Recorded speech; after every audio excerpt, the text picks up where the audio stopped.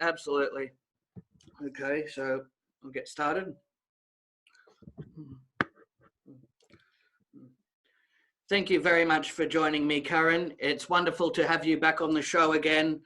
Groundbreaking research being brought to the public. How are you going? I'm going good. It's lovely to speak with you again, Jeff. It's so good to see you. I got to say, I love the videos where you go out onto the streets and you talk with your fellow Australians. I love those videos so much because we have to, unfortunately, be the media because our media is fully infected with Freemason demolays and they lie to us, Jeff. They lie to us. So people like you doing a valuable job for the rest of us, playing your part in being what I call the bush telegraph, which is one Aussie talking to another. Yes, I wish we were talking under better circumstances, but we're under attack from every different angle, it feels here in Victoria, the police, the media and government. So it's good to do these broadcasts to let people know that we're still here fighting the battle, trying to get freedom and restore peace to this place. But yes, it's very diabolical here, what's taking place. And it's interesting to note with Premier Daniel Andrews, educated at Galilean College in Melbourne, Freemason Demolay School, he had a clip up the other day where he was saying that there was two clips matched up. I forget who put it together, but it was really good because in one media thing he's saying, we thank the Prime Minister for his offer of assistance from the ADF. And yet when he was in the inquiry testifying, he was saying, oh no, that didn't happen. I actually played that on my YouTube channel for people the other night. The thing is, I don't really get why when your Premier is a proven liar, every Victorian should be out on their streets, not wearing a mask, not complying with any rules, regulations handed down by a lying Premier who's a proven liar. You know, he can't keep his story straight from one press conference to the next. Exactly, and they want us to be afraid of reporting on them, scared to tell the news when they're the ones that are committing the crimes. They need to be held accountable for that. And this new omnibus bill, they want everybody to be afraid of sharing information on Facebook. They don't want that, and it's effectively working. People are afraid, so we need to have our voices heard.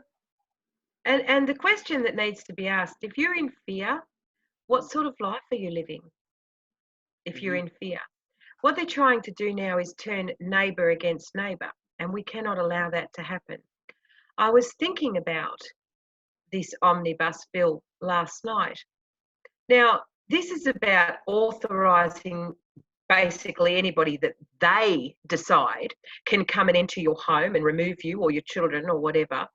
And I was wondering, because given that they're going to be targeting political people who have an opinion, you know, just average Joe people who have an opinion, as we've seen, James Bartolo and Thanos Paniades and yourself indeed. Now, I was wondering, on a bigger scale, how does this pan out? So say for argument's sake, Victoria should ask this, okay? Say for argument's sake, there's somebody in the Northern Territory speaking out, or somebody in Queensland or New South Wales speaking out. Does this also allow the Victorian government to petition the other state governments for extradition? Is Victoria going to become the political activists? And we're not even activists, we're just average Joes that went, you know what, this bullshit's too much now, and we've got to start talking. But is Victoria going to become the prison state? Is it? Because it's certainly operating as a prison state now. The suicide level in Victoria is staggering. The amount of businesses that have been lost is staggering. The amount of unemployment is staggering, and this is going to snowball. People won't be able to pay their rent, they won't be able to pay their mortgage, and it's just going to snowball. I really struggle with the fact that my fellow Australians in all other states have not marched on the borders yet. I've been calling for weeks for the grey nomads to come and park their mobile homes out front of the state governors across Australia. I've been calling for the truck drivers to support such an action. by parking their trucks in and around to support those people. And then I'm asking the rest of Australians to get involved, get in your car, drive to the state governor of the state in which you live and demand that the government be removed. The window of opportunity, I believe, is actually closing here, Jeff. I really do believe that.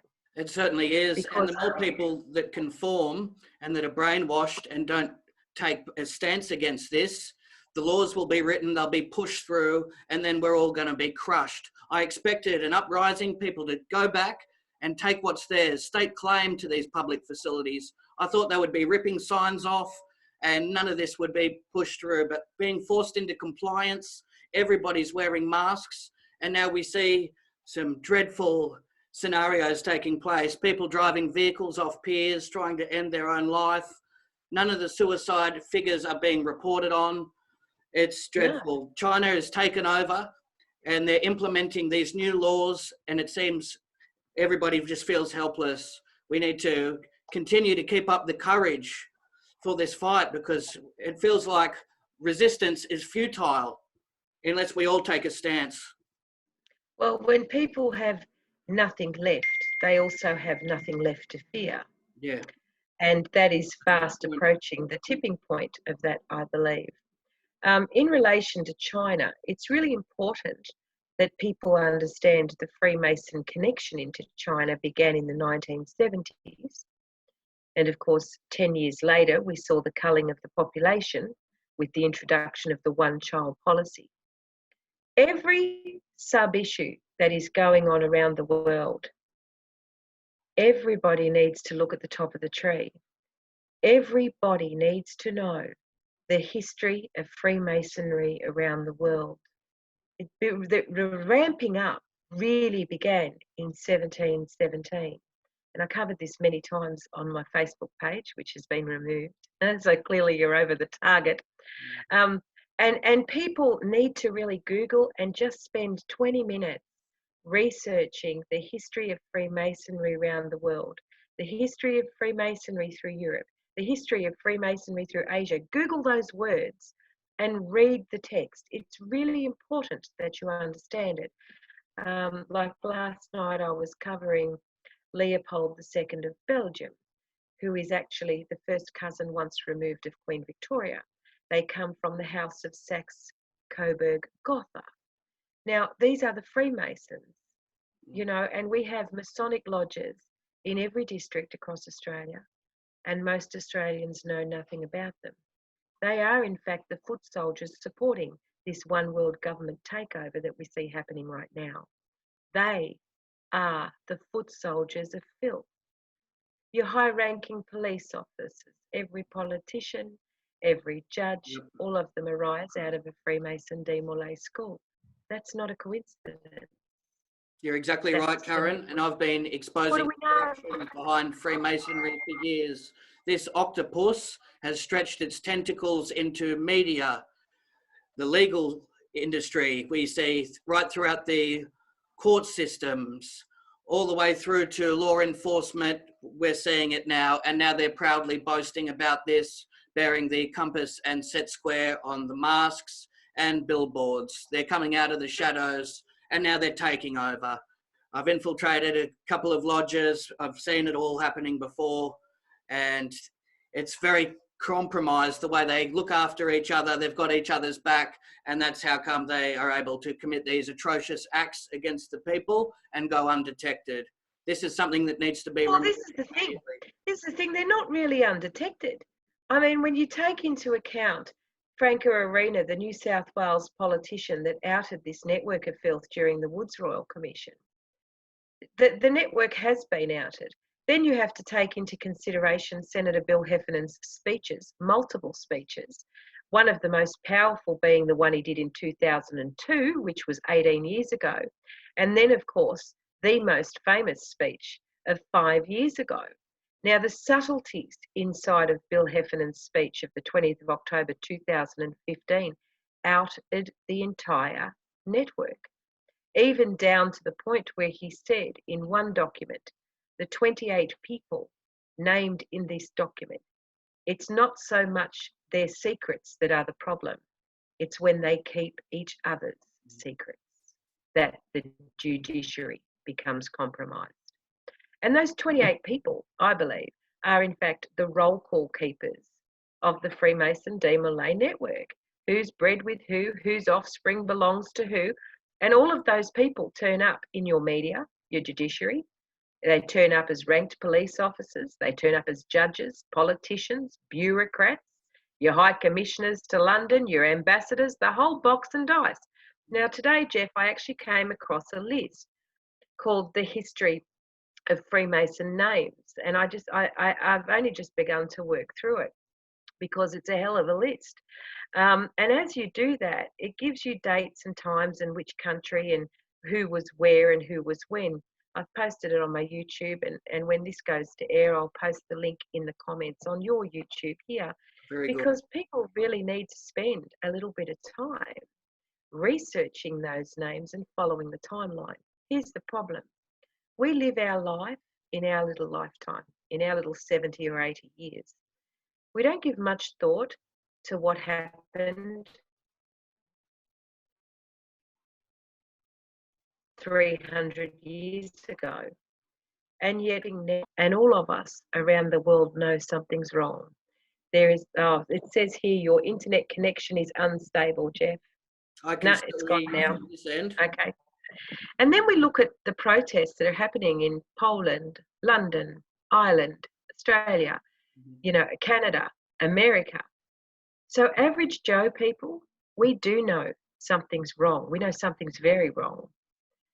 But average Joe people still need to make the connection. These people are in fact the Freemasons. You've got to Google the history and rollout of Freemasonry across Asia, across Europe. You've got to understand their family tree, because the reality is they're all connected.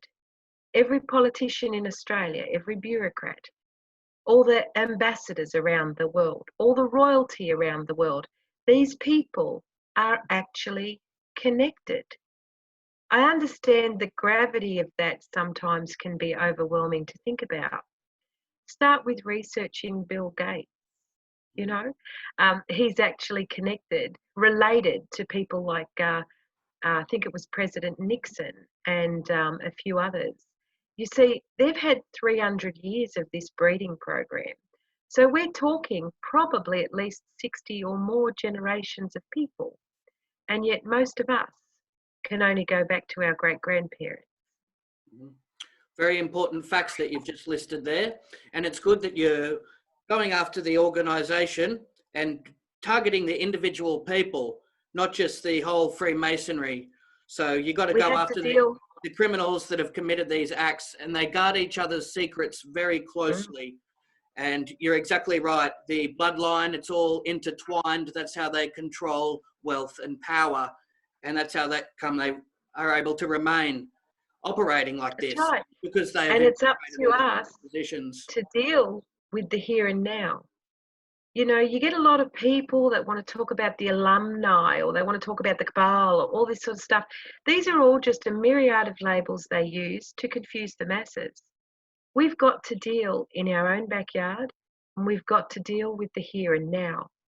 And the here and now, 42,041 fellow Australians contacted that Royal Commission into institutional and ritual sexual abuse. There are 3,953 testimonies, although heavily vetted, are available for you all to read. And it is through reading those testimonies that you start to understand how the web is spun. That's how I began to put it together, because you see common themes in reading these testimonies. And as you work your way through them, it was really like pieces of the jigsaw puzzle being put together. And then when I started to research, because I thought, well, pedophilia is a crime against children. So the first thing I need to know about all our politicians is, where did they go to school? And through doing that research, you start to see it's the same schools across the country over and over and over and over again, generation to generation. And then you research those schools, you find they are all Freemason de Molay connected. Then, of course, there was reference tools that I used to cross-reference with. like the Australian Dictionary of Biography, most valuable tool of working out who they married, how many descendants they had, who those descendants were cross-married with, because that's what happens inside Freemason Demolay. They are actually paired up at the Demolay stage. They produce a couple of children, usually the marriage ends and they go their separate ways, but the line has continued. Very important Goes information. And goes right back to colonial days. Yeah, and Rupert Murdoch, the media Mhm. giant, he went to Geelong Grammar School, which isn't far from here. And you got to follow the trail, don't you? And That's right. And it's very Geelong Grammar disturbing. School has a long history and a well-documented history of pedophilia. It's And their normal. what's really cunning is that they're getting brazen and openly admitting that some of these rules, sexual perversion and laws protecting children, should be removed because they're outdated. So they want That's to, right. they want If to you be go able to back get to away with it. Mm. Yeah, if you go back to Senator Bill Heffernan speech of the 20th of October 2015, he actually opens with Judge Gary Nielsen, New South Wales judge, known in the trade as Gorilla in Black Lace, who was sitting on a case where he decided, he said from the bench that sex with siblings should not be illegal and it should. Now, Senator Heffernan outed that 5 years ago. Judge Gary Nielsen still sits on the bench in the New South Wales court. Mark Speakman, who is the Attorney General now for New South Wales, he has nothing to say about it. And that silence convicts them now. You see, if you're not objecting to incest and child rape, that silence convicts you as being part of the network. So let's look at all the politicians, shall we? Pauline Hanson, for argument's sake, has been floating around since before 1996. She started as a councillor on the Ipswich Council. So she's been around for a very long time, over 20 years, silent on this issue. When Senator Heffernan gave his speech, you will notice he sits alone. There is not one politician sitting alongside him when he was calling for the terms of inquiry to include the institution of the law. You go on further to Senator Heffernan's speech, where he says he spoke with Royal Commissioner James Rowland Wood about why they did not explore who in the legal fraternity was frequenting the Costello's boys' brothel in Kellett Street, King's Cross. And the Commissioner did say, we've decided not to revisit that issue. The public would lose confidence in the judiciary. Well, that's a confession, isn't it, Jeff? It most certainly When the is. Royal Commissioner is saying that, that's a confession. And here we are now, 2020, and I would say a great deal of Australians have in fact lost confidence in the judiciary. I would suggest that every person in Victoria, as they actually sprint to poverty with the amount of jobs that have been lost, with the lockup mentally, I think a lot of people in Victoria are now awake to the fact the judiciary cannot be trusted. Well, it's not a matter of just stopping there. You have to look at what connects them all. What's the common denominator? Because there's not one politician in Australia calling out the scam. Not one. Very alarming, isn't it? And it's twisted that it's a cycle of intergenerational abuse where the victim obviously a lot of the time becomes the victimizer in these cases. They're desensitized. That's the Demolay portion? Yes. Yeah, that's the Demolay portion. As you read through those testimonies at the Royal Abuse Commission website under narratives, under the narrative tabs, if you use the toolbar and search by the word altar boys, you get multiple hits of people that have testified about altar boys. And this is where I started to understand what the Demolay portion is. The Demolay, of course, is for boys between the ages of 9 and 21 and the daughters of Master Masons. who are assigned to chapters of De Morlaix for the purpose of networking and filth. Now, in the course of reading through those testimonies, there were a number of children who testified that they were in fact abused by the altar boys.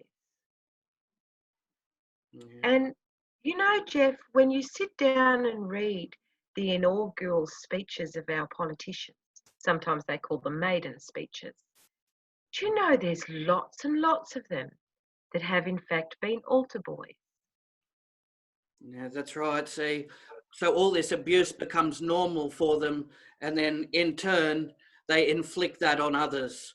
So we need That seems to to break be the that case. cycle, and it's very disgusting. And there's so many victims that are afraid to step forward. And once they're tied and bound by their oaths, they're not going to step forward and out a lot of the members of these lodges because they are in fear of repercussion. And it's Yeah, but implemented. at some point, Jeff, people have to decide for themselves where the line in the sand is. I mean, we've all been told about Prince Andrew, Epstein, the UK Prime Minister Heath, Margaret Thatcher, the many politicians at that time in the UK. We've also been told about things like Weinstein, and a myriad of others. The Me Too campaign, where they're supposedly all coming out and talking about it, and yet people still don't seem to be able to relate that to their own. Like I'm talking for Australians, they don't seem to be able to relate the connection to our country. And the same thing is currently unfolding in New Zealand. They currently have a Royal Commission into Institutional Abuse running here in New Zealand. And the thing is, Jeff, it's exactly the same situation. 2 weeks ago, there was a big announcement about one of the Freemason schools here known as Dilworth College. Now, that was first announced 2 weeks ago. In the media update of 2 days ago, they are now saying there has been more than 70 boys come forward to tell the police what happened to them inside that school. So exactly the same pattern is being repeated in New Zealand. Now, we had really good politicians in Franca Arena and Bill Heffernan who outed this network. And if people had have paid attention and stood up then, I believe we would not now have 6.5 million Victorians going through all of this abuse. Because you see, the Freemason de Morlaix, they are programmed into dining out, if you like, on the suffering and torture of people. That's what they feed off, I believe. And the suffering and torture, mental anguish, financial, that's going on towards our Victorians is in fact what they feed off. They feed off fear. And, you know, now they're trying to create situations where you're going to have neighbours dobbing on other neighbours. Good Lord, whatever you do, do not do that. Love thy neighbour. Exactly. It goes against the Australian spirit, doesn't it? People are supposed to look after one another. You know, take your neighbour's bins in if they leave them out one time, or even mow their nature strip on the lawn. But now they have people looking over the fence, and as well, people are being vindictive. If someone has an axe to grind, they'll use these COVID restrictions as a way to get back and be spiteful at others. So it's bringing out the worst traits in people. And it is very disturbing as well. And the way Masonry is just infiltrated, and now they're proudly boasting about it. It's and it's very. Well, the logo. I saw the Freemason logo on a Victorian Police media poster a couple of weeks ago. You know. That's right. And when you have the media, like you said, they're talking about Prince Andrew, Epstein, and royal scandals, but you don't hear about the human hunting parties, the occult rituals, satanic blood sacrifices. Well, I'll tell you a couple of things about the royal family. This is another thing. In the late 1800s, the grandson of Queen Victoria, his name was Prince Albert Victor, and he was involved in a thing called the Cleveland Street Scandal in London. Now, if you Google the Cleveland Street Scandal in London, it's initially reported as a homosexual brothel. Yet, as you read through the detail, it's not. This was of Telegram messenger boys aged between 9 and 17 being abused in this Cleveland Street brothel. Well, boys aged between 9 and 17, that's child rape. Exactly. That's not a homosexual brothel. And that was one of the times when I started to realise the control that the media has. Because after that scandal happened in the late 1800s, obviously the Freemason filth realised it was very important to control the media, which is in fact what they did. Even the invention of radio and televisions required a license to be granted. Same with newspapers and all those sorts of things. And as you research the early media in Australia, you start to see, hang on a sec, everybody that was granted a radio license or a television license, all of them came out of a Freemason school. Every single one of them. And I was just like, oh my God, this is how they weave the web. This is how they spin the web. And then, of course, that led me to things like Matthew Newton. And I just want to talk about Matthew for a moment, if that's okay, Jeff. Absolutely. Matthew Newton is not mentally ill, okay? Matthew Newton comes from a family indoctrinated into this filth. You know, we had Bert Newton a few years ago at the Logies standing up making jokes about Graham Kennedy and Don Lane mentoring the young ones. If you knocked on their dressing room door and it was locked, you knew they were in there mentoring the young ones. Now, imagine being Matthew Newton for a moment. You are born into this family of filth.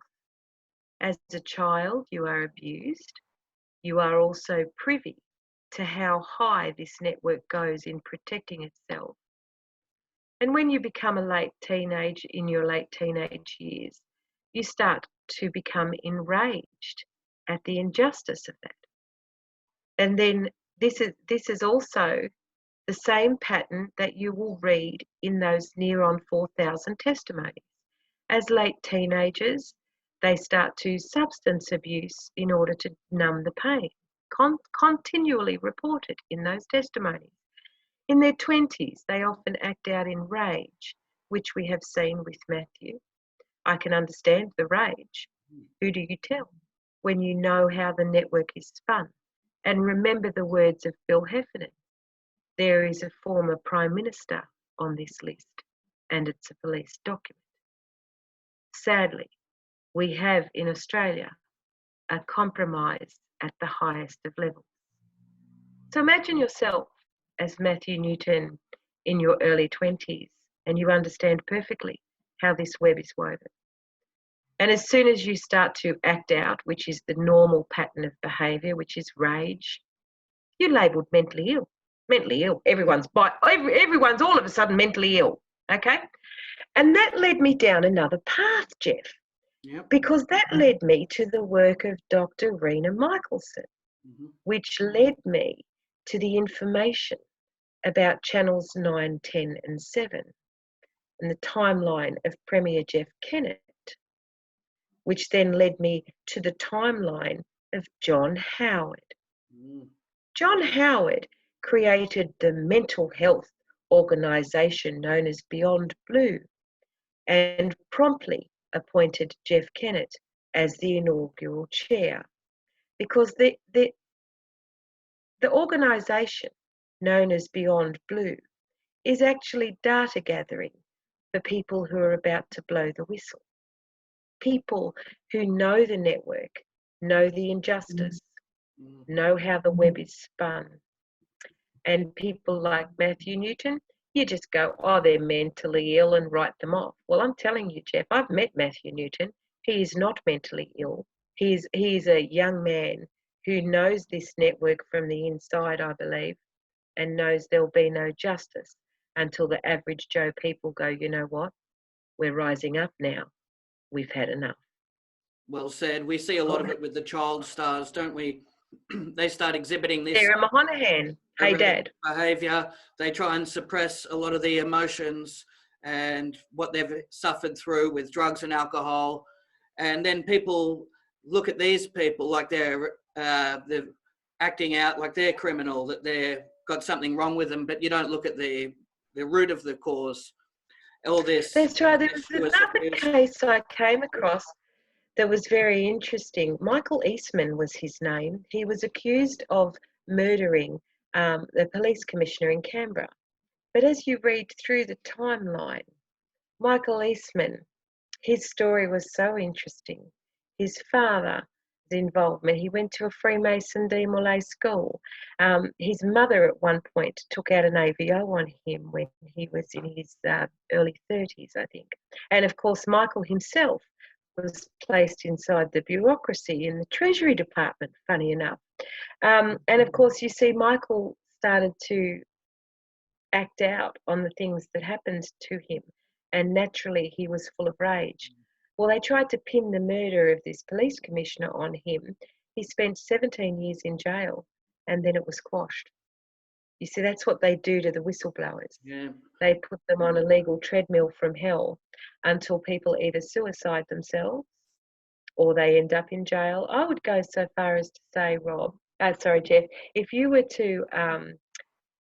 to get every prisoner in Australia, if you could actually sit down and interview them all, I would suggest probably 80% or more are actually people that were abused inside this network. Through reading those near on 4,000 testimonies, there were many that actually said, you know, I got involved with drugs and alcohol to numb the pain. That's right. Then I ended up in jail and those sorts of things. I would go so far as to say that there's probably 80% of people that are in jail that have found themselves on a path to destruction because of what was done to them, I believe. Absolutely. And the public would be amazed if they were down at one of these lodges and they knew who was frequenting these meetings. You'd be seeing principals, doctors, lawyers, politicians, bankers. Yep, all the high-profile members of society engaging in cloak and dagger activity. Yeah, on a local level, those Freemason lodges that are in the area of which you live are often filled with people that I call whisper gatherers. Okay, so these are the people that you would often talk to. So perhaps like you say, the teachers, the principals. It also includes bank managers, Yep. local area command in the police. Yep. Charity organisations, road lives, they're accurate at a local level. You know, they capture the whispers before they become a roar. These are the people in your local community that will spread gossip to slander and target a person or a business, right? Exactly. And there's usually some connection there. I constantly tell people it's very good intel to know who's frequenting those Masonic lodges. Absolutely. Because it's very important, very important. And as far back as this abuse goes, back to the colonial days, Jeff, where there was actually 2 ships stationed in Sydney Harbour. Each one of them housed 500 boys. Now, that's 1,000 boys, isn't it? Mm. You know, there was nowhere to run. We were a penal colony, you know. And then you move forward to things like 1906, when they decided to start the Mount Penang Boys Home. That was when it was first being toyed with and drafted, areas selected and whatever. And in 1912, that boys' home opened. And the horrendous abuse that went on within Penang Boys Home there at Gosford for decades and decades. And then they broke it down into smaller homes, like your Parramatta Girls Home, your Durrick, and then, of course, in the 30s, the charities and religious organisations started opening them up. And the common denominator, the head honchos of all these religions, all these charities, all of them come out of a Freemason de Molay school. All of them. Generation to generation to generation to generation. Absolutely. And of course, It's here a we are common now in theme. Australia, and We've we've covered got it before. generational politicians. We've got generational judiciary. We've got generational police command. Hello? Anybody seeing the network yet? Exactly, and it goes further to where a lot of these Masons get special privileges, and you could be working in a company and think, how come I didn't get that promotion? I've been working harder than that person, and now they got the new offers, they got the new company car. You got to look a bit further. Maybe they're a member of a lodge. Maybe they've been putting work in Exactly. again for the Brotherhood, and you see a lot of people as well. I watched. Yeah, I've even seen people, they'll put a compass and set square on the back of their vehicle, and then they notice they don't get pulled up as much, if at all. Also, I would ask people to consider those that they might know or perhaps see on the television or whatever. It's really important to join the dots on whether these people often live a lifestyle that their income doesn't necessarily support. You know, like what is reported to be their income doesn't necessarily support their lifestyle.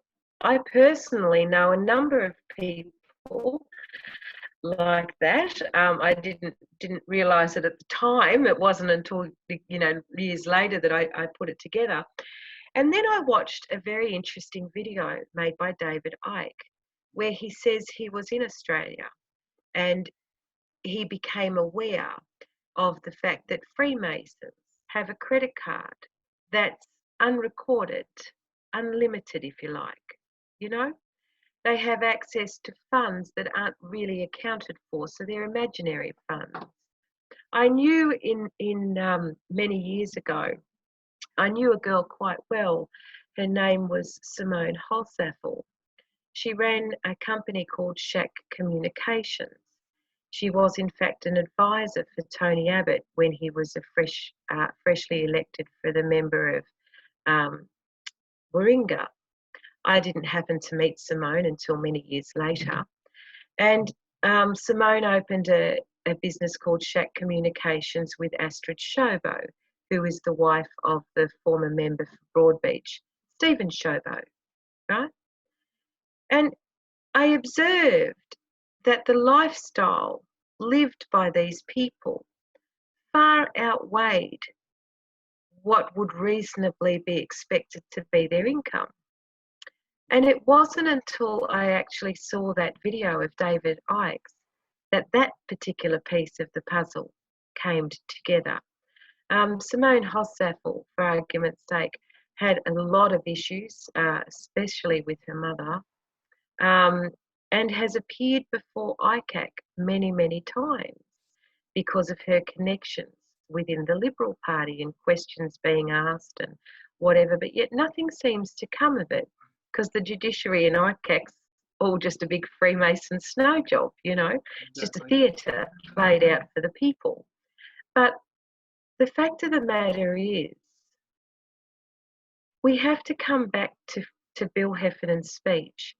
If you and I know that incest and pedophilia is wrong, we also know those who cover up for child rapists are equally as guilty.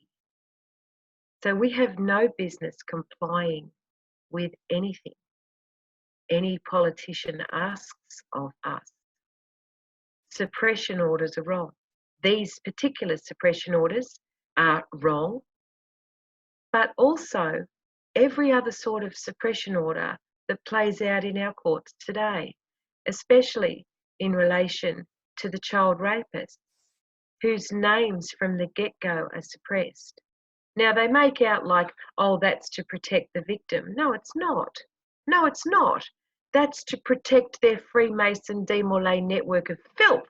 Exactly. They get hauled before the courts. Nothing happens. They get virtually no sentence. I mean, Milton Okapoulos, the Labor politician, convicted of assaulting 13 boys, got paroled because because Commissioner James Rowland Wood was sitting as the head of the parole board.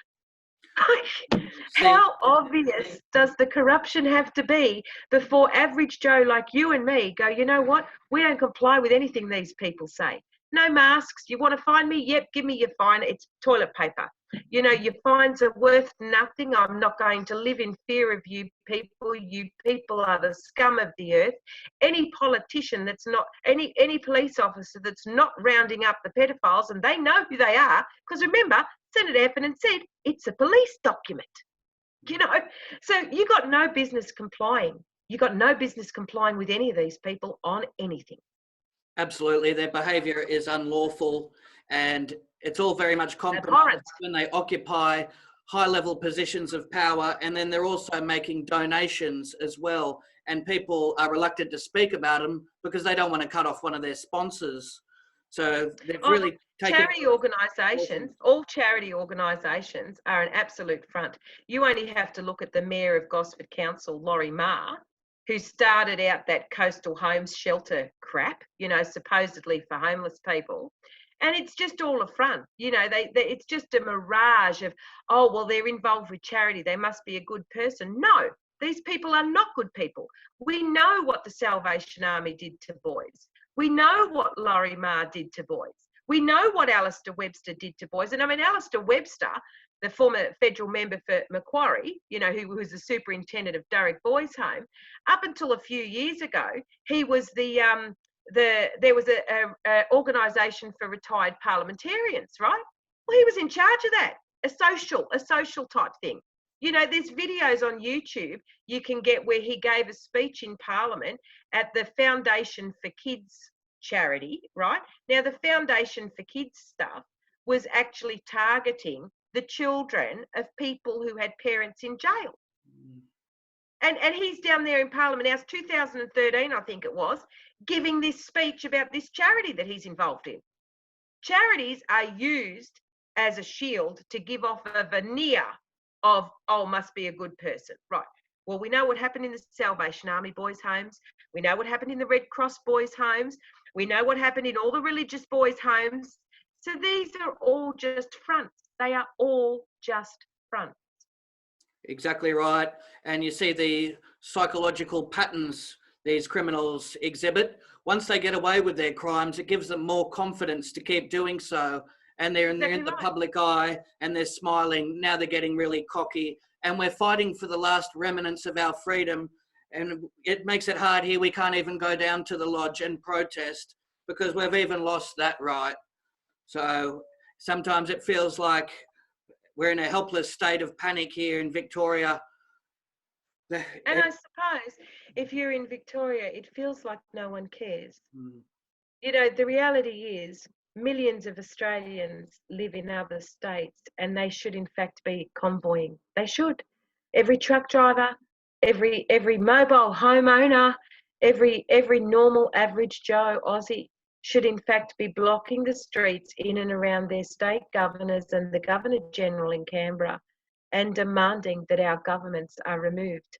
These are the people who control issuing the writs. I personally, Jeff, I'm doing everything I can to try and motivate people. I'm constantly calling for convoys to happen. The people must rise up. You must have boots on the ground. We outnumber them, Australia. There's 25.5 million of us, and in Victoria there's 6.5 million people and only 26,000 cops. You know, I went through on my lives in Facebook land with all the ratio of number of police to people. We outnumber them, but it's going to take boots on the ground. You're going to have to take action. How long do people in Northern Territory or Queensland sit around watching the decimation of their fellow mates in Victoria before they decide, you know what, I got to start driving?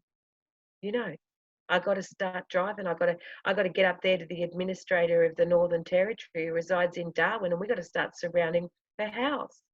You know, if you're able to travel to the Victorian border, then you need to do so. You need to get in the car and you need to run these blockades that they've got, and you need to say, no, you don't do this to my mates in Victoria. You don't. And if you think you guys are going to come after us, I mean, we're not going to sit, if you're a Queenslander, you're not going to sit there and wait for it to happen in Queensland, are you? Is that really what you're going to do? Yeah, exactly. You know, and then you tie this in with the fluoride, Jeff, and I believe a lot of people are calcified because of the fluoride. Well documented what that does to critical thinking. And I'll highlight this point for you, Jeff. That 67-year-old grandmother that was arrested down there in Victoria at the park a few weeks ago, there must have been 30 people standing there filming that. And yet there was only 6 police officers. And those 30 people that were standing there filming it did not have the conscious awareness to go, hang on a sec, 6 to 30. Let's put the cameras down. Let's step forward now.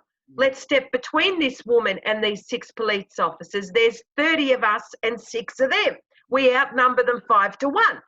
But that instant reaction that should be there when you watch evil unfold right in front of your eyes, people, average Joe people, standing there like statues. That Yeah, you've exactly. got to. And if it doesn't strike a chord with people and inspire them to get up and fight for freedom now, then the future's looking very grim. Pregnant woman being thrown around the other day at Hilda Beach. I mean, this is devastating. How the police can do this to people. It's unlawful activity. And the elderly seem to be punished for a lot of this as well. They target the most vulnerable people. Yes, they Ones that do. should be protected and supported. We're very grateful for all that you've done, Karen, as well, voicing the corruption, speaking it out on your platform, because you don't leave soldiers on the battlefield to just get used up as cannon fodder. You know, we've got people that are mentally feeling it, physically and financially. Once they hit us on every level, then our capacity to react is really weakened. And we got to pray for a miracle at the moment. Got to pray for Conroy. We got to pray for people who just decide, you know what, this is enough, no more. I will in fact be boots on the ground. I myself, there's a big march happening in Auckland on Saturday. I will be there. The only politician, I'll just point this out for people that might be listening, the only politician in New Zealand that is calling out the scam for what it is a gentleman by the name of Billy T, and he runs a political party called Advance New Zealand. Now, I'll just give you a bit of insight, Jeff, on the censoring going on. Billy T's party, he's just, from what I can tell, he's just an average Joe that about 14 weeks ago decided this is enough. I've got to call out this bullshit. I'm going to have to stand up and say something. Well, in about I think it's about 14 or 15 weeks since this started, he's managed to get a political party going. He has over 2 million people that have connected with his party, like watching lives or, you know, been to the website. I've read through the policies of the Advance New Zealand Party, and I believe they are good, honest people. Until proven otherwise, I believe they are. They are the only ones calling out the scam that is this corona. And the censoring, honestly, Jeff, the censoring that's going on towards this Billy T. Now, they censor his Facebook lives, they've hacked his iMessage. The mainstream media refuse to have him on much with regards to debating and all that sort of stuff. It's staggering. And I would say to any of my cousins in New Zealand, if you want my opinion, the only people right now to put a number in a box for or a tick next to is in fact the Advance New Zealand Party. They are the only people calling out the filth. They are the only ones.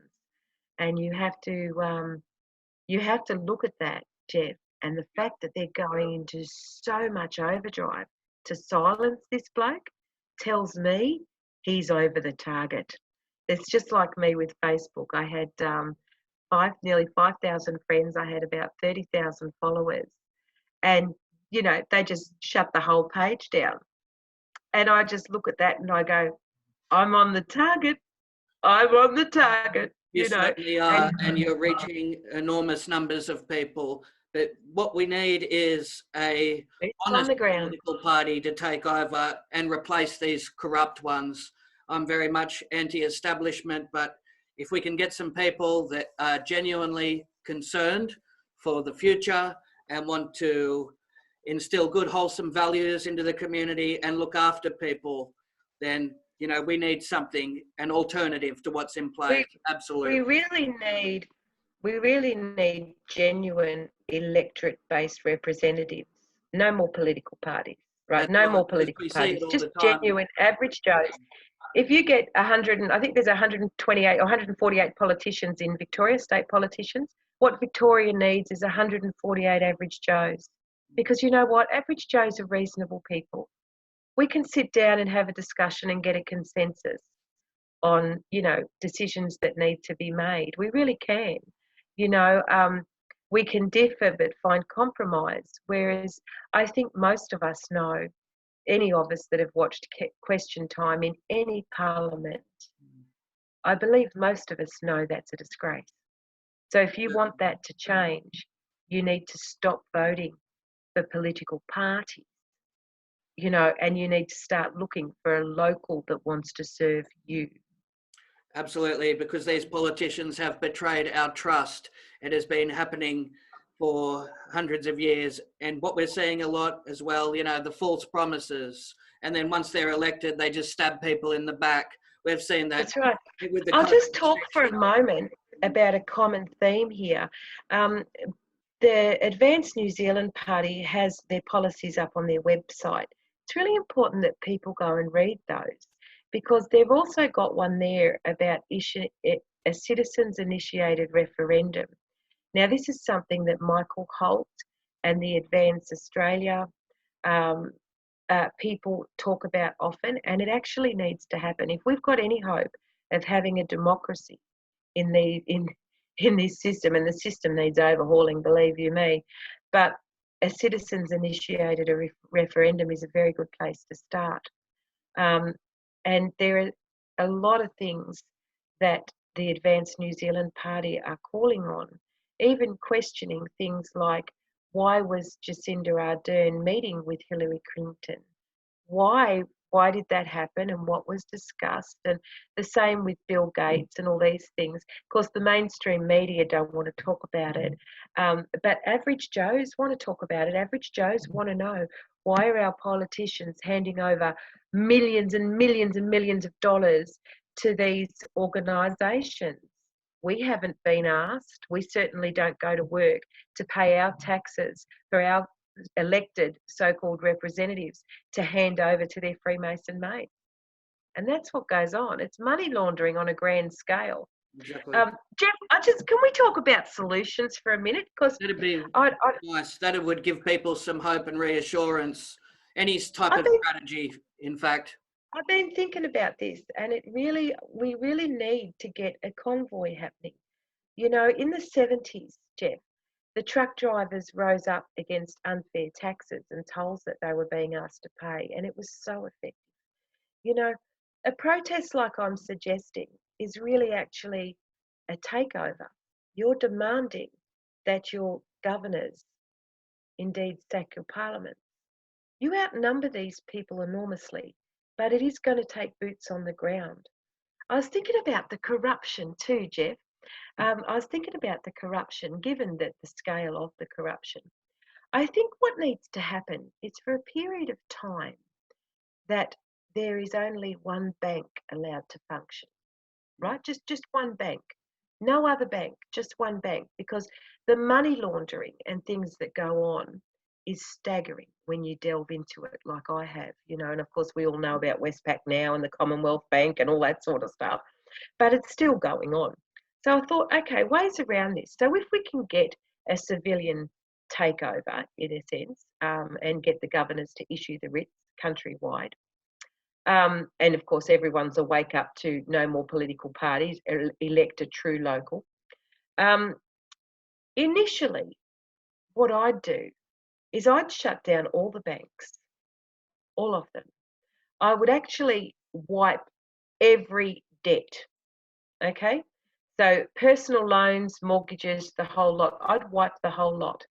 And I don't want to hear from people to say, oh, but I only had $20,000 debt and this person had $100,000 debt. I'm not interested. I would just wipe all debt, okay? I would stop the use of EFTPOS, right? I was given this a lot of thought because it's about money laundering, facial recognition, limiting people, right? This is what's going on with all this 5G technology is they want the ability to be able to stop you accessing your bank account, your place of work if necessary.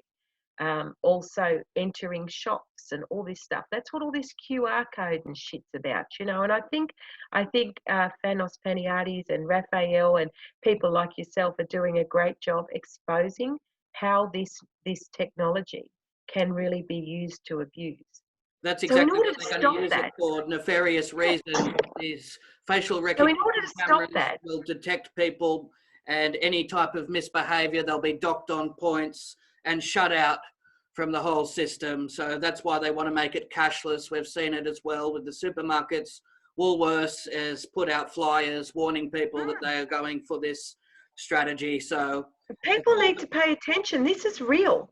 and you've got That to be worried. technology We've got to be gives them the ability to lock you out of health services, shops, your bank account. Like, it's serious. It's frightening, actually. Absolutely, and it's always a concern to have a police visit because you've empowered the public, you've given them information, and then they're looking at that as incitement. So we're not telling people to get out to the public areas, rip down those COVID signs, and make use of the property which taxpayers' money people have funded.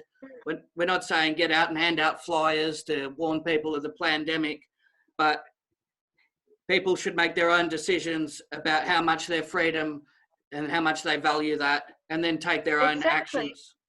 And people should also make a decision, a conscious decision, about whether you should indeed obey any rule or regulation set down to you by liars who cover up for child rapists. Absolutely. I don't believe you should be listening to anything from a person like that. 100%. But going forward, I was thinking, in order to limit the corruption while you have to go through a process to expose it, I was thinking the only way you can really do that is by just having one bank. Everything had to come and go through one bank, right? You would have to stop all the EFTPOS. We're going back to a cash society. And firstly, there would be no more of this facial recognition crap. There has to be a full civil inquiry into Freemasonry. And I mean civil inquiry, you know. These people have to be outed, the network has to be exposed, and then there needs to be a major campaign done about educating the masses on how this network of breeding has been rolled out for over 300 years. I believe there needs to be a complete refit of media.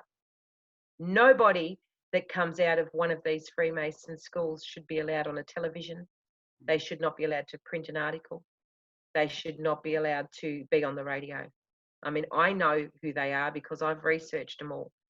But there needs to be a massive education system done for Australians and indeed New Zealanders, explaining how this network is woven, the reason why that Masonic Lodge sits in the district of which you live, and the reason you know nothing about it. You know? Very powerful statement, and I think Karen. if you get 227 average Joes from across the country, I mean, well, why couldn't we start a party called Average Joes? Or why couldn't we start a party that says no Freemasons in office, right? Like, no, I reckon it needs to be maybe called the Average Joe Party.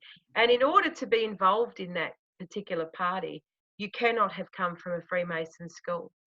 You cannot have any connection to Freemason Demolay. You know, I mean, that's how you weed them out. Where did they go to school and who's their daddy?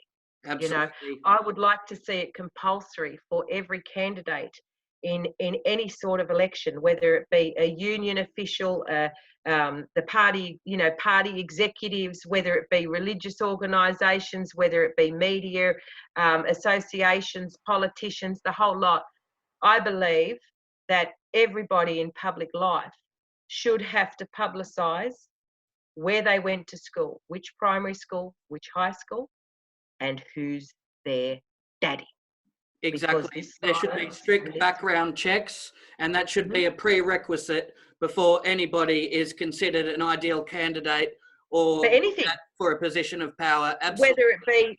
whether it be the local charity, whether it be your local police command. These details about where they went to school and who's their daddy should be public knowledge, available to anyone at any time. Exactly. And for people that don't have the amount of time to put into research like what you have done, which has been enormous, they can also pick up on the Freemason handshakes, another telltale sign, and occult numerology. Whenever you hear them say 33 quite often and acting suspicious, these are also identifying markers. I'll just give you a little update too on this. There's something I'm sort of exploring in more detail now. What people need to know is some public schools, government-funded schools, are in fact Freemason schools. Now, I'll give you a classic example of how to find them. Okay, I went to Fairfield High School in New South Wales. Our school badge was the initials and a picture of a creek. Okay, Scott Morrison went to Sydney Boys High School, and you'll notice the Sydney Boys High School badge has all Masonic symbolism all over it. That's another good way of, you look at the school badge, and if there's any sort of Masonic symbolism on it, so we're talking about flames and crosses and wreaths and stars and a myriad, anything that looks off, horses and all this sort of stuff, anything that looks off, okay, that's a Freemason school. Those school badges are key in identifying them. I don't necessarily know how to interpret all the symbolism, Jeff, as I'm sure, you've got to be in the network to know, but I've researched a lot of it enough now to know the stars and like Exeter College Q in Melbourne, that school badge, very telling. Okay, so that's another way of identifying the Freemason Demolay schools, because you've got to understand some of them are in fact government-funded schools. Very powerful interview, Karen. You've once again blown the viewers away with enormous information that they can go and research for themselves. Was there any... We've got to get boots on the ground, Jeff. Absolutely. We've got to get boots Is there on any the ground. last statements you'd like to leave for the people suffering here in Victoria? Yeah.